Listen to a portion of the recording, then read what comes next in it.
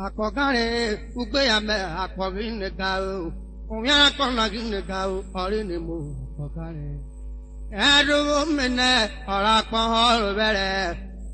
I would have been now, Roganame, Kevin, Vampere. Akpogare, Orinimo, Akpogare. Akpogare, Ugbeame, Akpogare. Uya Akpogare, Ugbeame, Akpogare.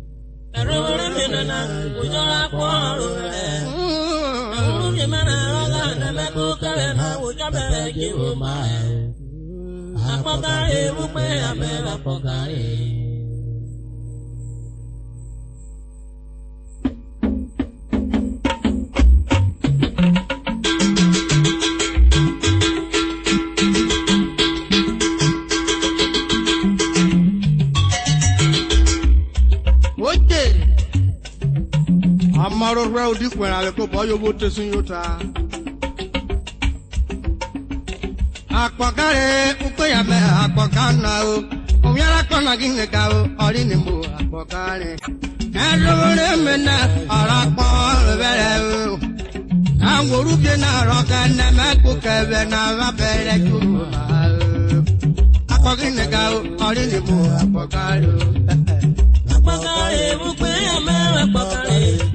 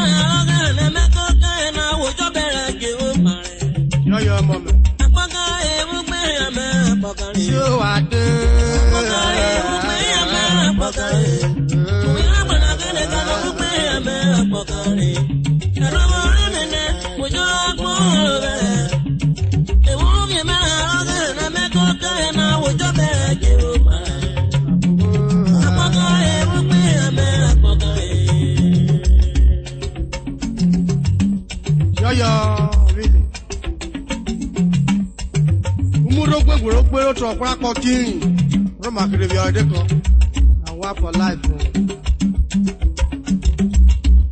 Or I remove them when we call your Jaco Barre.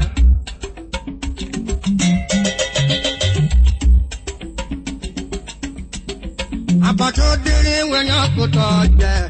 Yapanata to dealing when you put on there.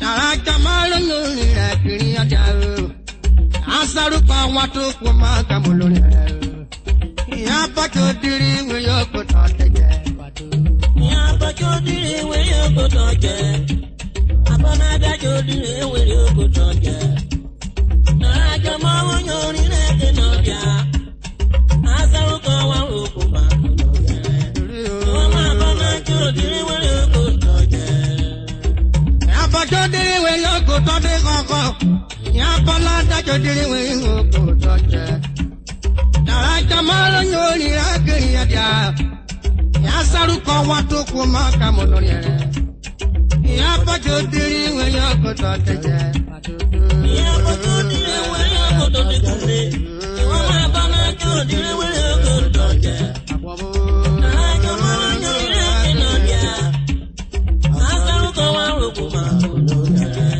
Yoma apana chodiri weyo kutoke Naraja malo nyoni rakiri ya Yapa chodiri weyo kutoke Naraja malo nyoni rakiri ya Apana chodiri weyo kutoke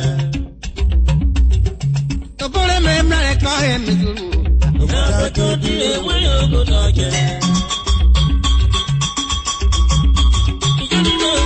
Yapa chodiri weyo kutoke Yapa chodiri weyo kutoke Apana chodiri weyo kutoke Yota kamara nyoni Yapa chodiri weyo kutoke Amara chotalo nyoni Kesaru yodi uma Yapa chodiri weyo okotoje. Imotora bekaya monarwa.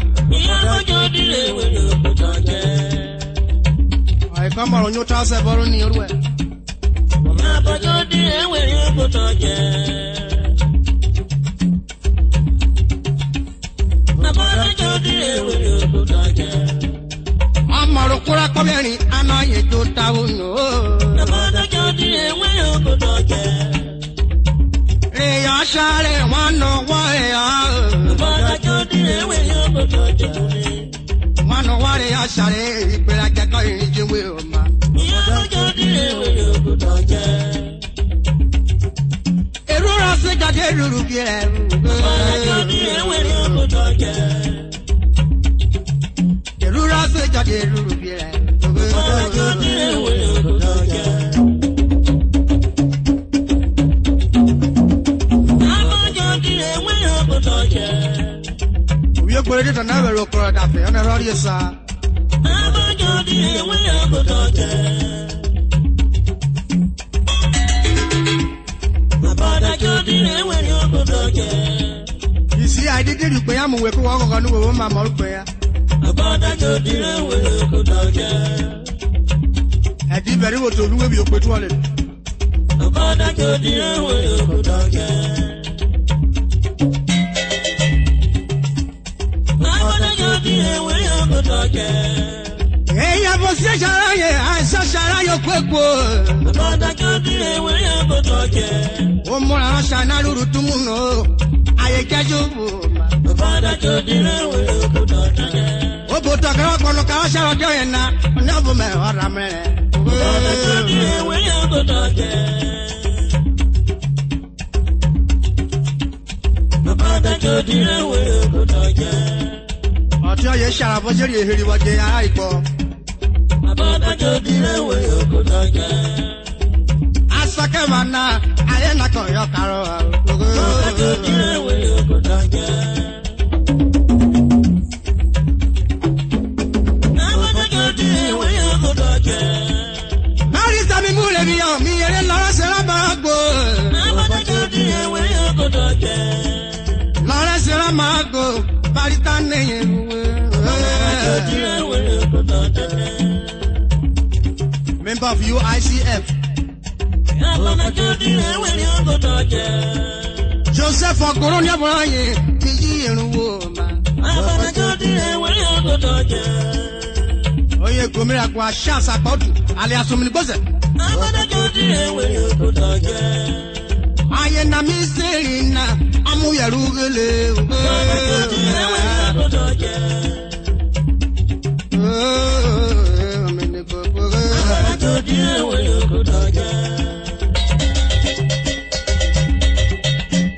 Iyabojo dire wele okotoje. Iyabojo dire wele okotoje. Are ya dogo gbikura kore. Iyabojo dire wele okotoje.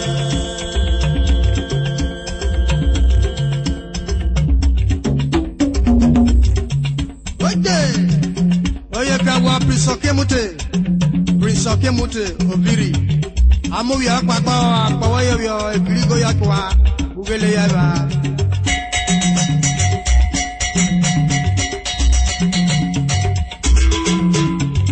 Other Duke Edijana member of Buddha. Obuma mere when a Duke ogene mu japawo. Akeko ko mama wero. Jackson Eboloje, BBC. Oye kawo. Wako biruel wote koke. BBC Worldwide. Jackson Eboloje. Wote.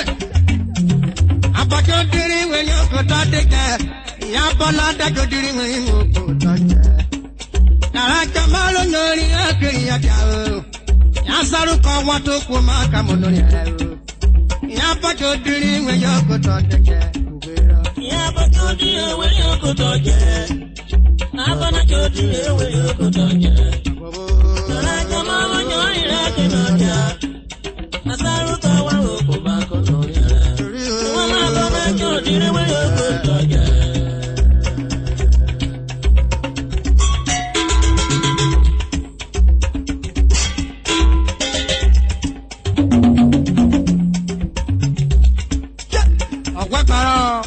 Joseph Ogolo. Managing Director of Jabolo International. But where you are, Ragwanu woman. A copyright what you were going to have our guy where Alice. Where are you?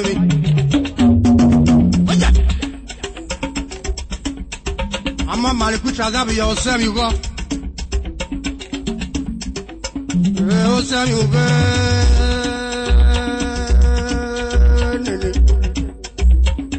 Oh, Sam you go. Mama, quit us, Avia. Oh, Sam you go. Put the day, man, quit us, Avia. Oh, Sam you go. I need to check out of the Orhire Nikki dey shake talk you today na today. Okoro man no Ivana.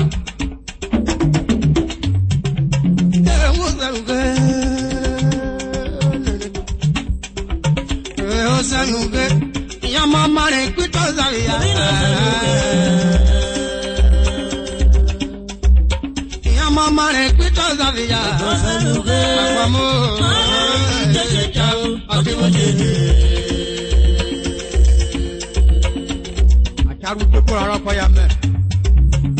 Don't say you get.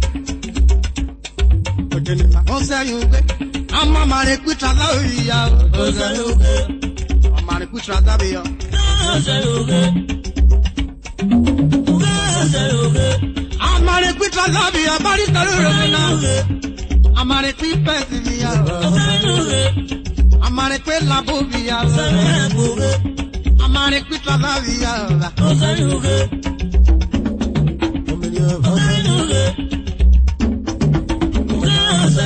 Atane pe krokora re mrobo.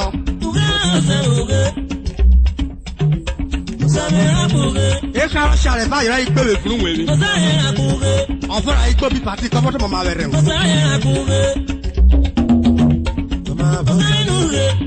Ari daru ro bo mu ne bi ara. Oyo mi bi po yodo. Abora je pa bo kan yi ko to. Christmas is one man. Christmas is one koko. Ini ya kono mawedo lelo. Akiri Christmas is dede. Ikone jobi ke prakpakpe. Asejo kokpa le bayo. Deme mare kimi agbate pakpe jodo. Aye jobi ke wana. Yo parity. Okay, now what they want to do that was a bravo.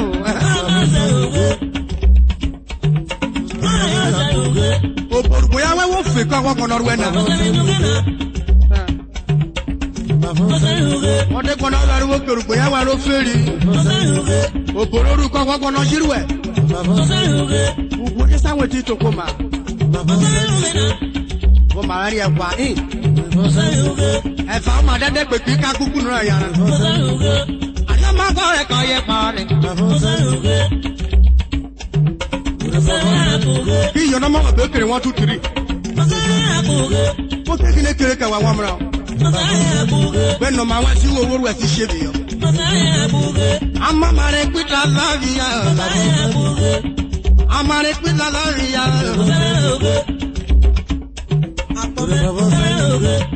Bravo. Allez, y'a donc un pour la colère.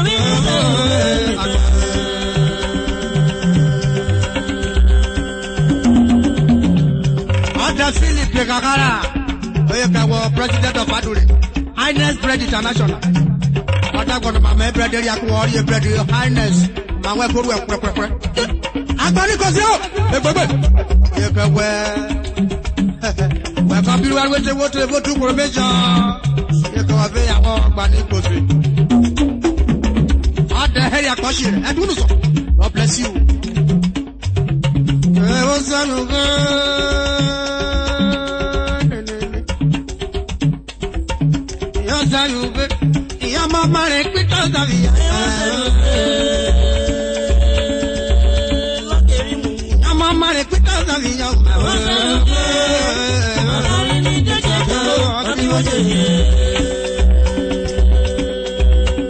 Ada prince happy rimu oye member of Orhire, also member of Factory. Happy everyone. Yarwafa. A Jammy, you know, Dame, one million not for your damn Caron. Okoro, she drove a cocker. I do not Western send the boy would draw. Yaba, you would know you do like back with it.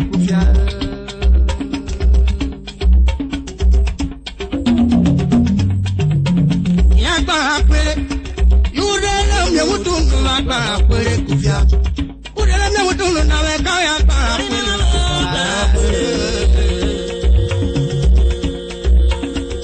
Who don't know what to do now? I can't back with you. Who don't know what to do back with it. I shall have whatever other matter you do, brother, before you prefer it. I'm not an hour to go. You the country motor concern, attacking for us. I'll check to me, Kayo, which you give on the warrior now. I want you to make our program with a drop of care, and I want to be free. Uruba.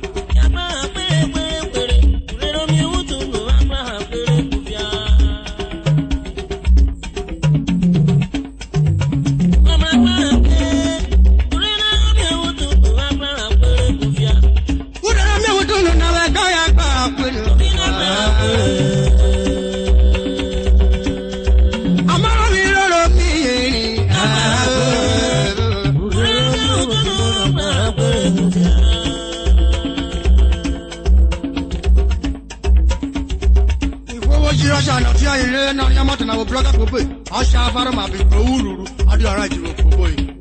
I'll be walking and I can pick a car and the quarry would do. And I don't know.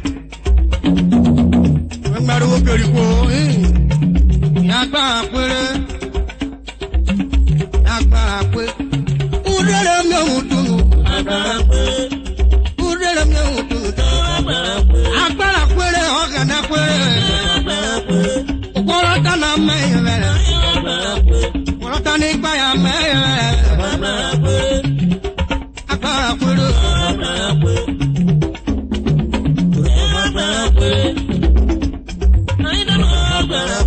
in La Maula, one of our view.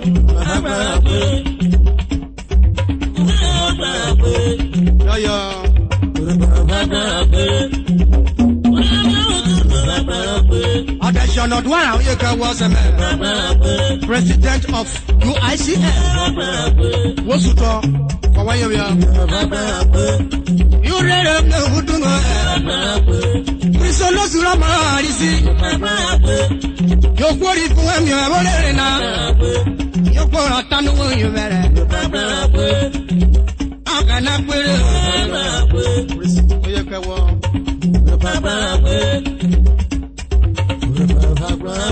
What did you say? What can I say?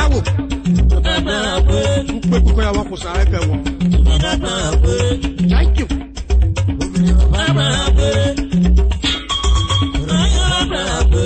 Stanley Ramako to me everywhere. Stanley Ramako to Barrister, what do you want in I'm not doing whatever. Okoro Koku, where I come now. You're worried for when you're there. When you get it, I got that with you. It's the Urhobo. Masha, the soda cedar shada.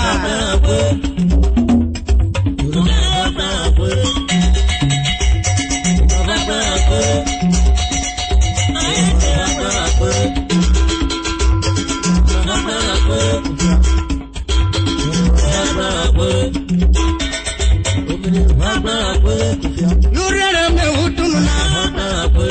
Mamule na meswala.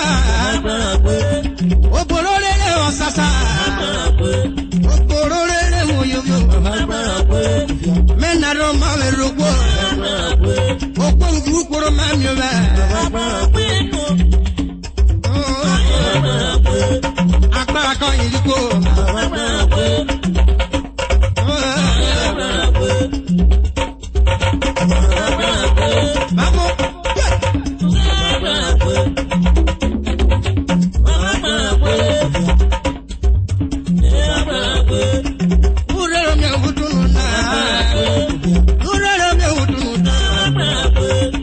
carry me no pass it for Yavanda could become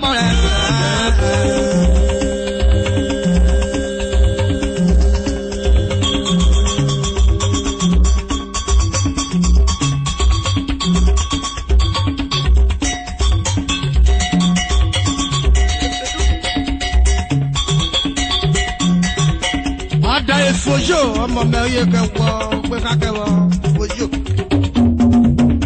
Other Michael Foma, Oriani, I can Michael Foma.